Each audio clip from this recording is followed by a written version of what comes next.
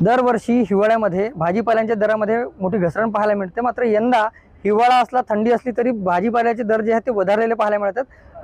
आपण खरं पाहायला गेलं तर आपण सध्या बीटीबी सब्जी मंडी भंडारा येथे आहोत आणि आपण बघितलं असेल तर टमाटर असो, वांगी असो, पत्तागोबी, फुलगोबी, चवडी आणि इतर सर्व भाजीपाला जर पाहायला गेला तर याचे दर जे 4 पटीने वाढलेले पाहायला मिळतात। खरं पाहायला गेलं तर यंदा जे आहे थंडी मोठ्या प्रमाणात वाढली असली तरी भाजीपाल्यांचे दर जे आहेत ते मोठ्या प्रमाणात वाढले आहेत। ठोक भावात जर हे वाढलेले आहेत तर चिल्लर भाजी बाजारातही याचे दर जे आहेत ते वाढलेले पाहायला मिळतात। त्यामुळे नागरिकांना जो आहे फटका बसतोय। आपल्यासोबत बोलण्याकरिता व्यापारी आहेत, त्याला काय सांगाल, दरवेळी हिवाळ्यामध्ये भाजीपाल्यांचे दर जे आहेत ते कमी पाहायला मिळतात, यंदा वाढलेले आहेत, काय नेमकं कारण असावं? माझं नाव राजू देशमुख आहे।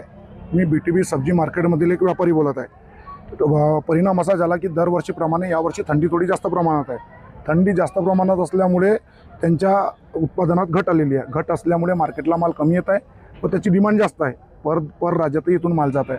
त्यामुळे ज्या शेतकऱ्याचे 50 कॅरेट निघायचे त्याचे 10 कॅरेट निघत आहेत। परिणामी मागच्या वर्षी जो टमाटर 200 रुपये 300 रुपये कॅरेट विकायचा तो यावर्षी 700 ते 1000 रुपयापर्यंत विकत आहे। यामुळे शेतकरी सुखावला आहे।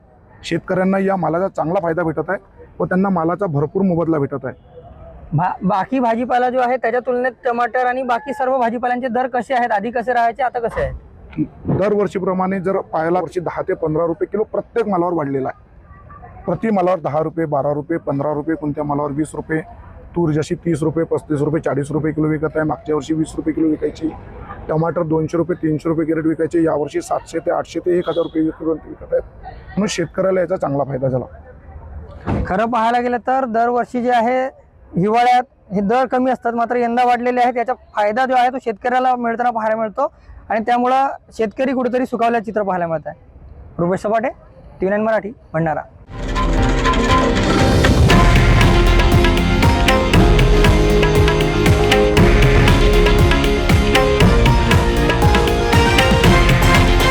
हे आहे देशातील नंबर 1 न्यूज नेटवर्क आणि आपण पाहत आहात TV9 मराठी, एकमेव।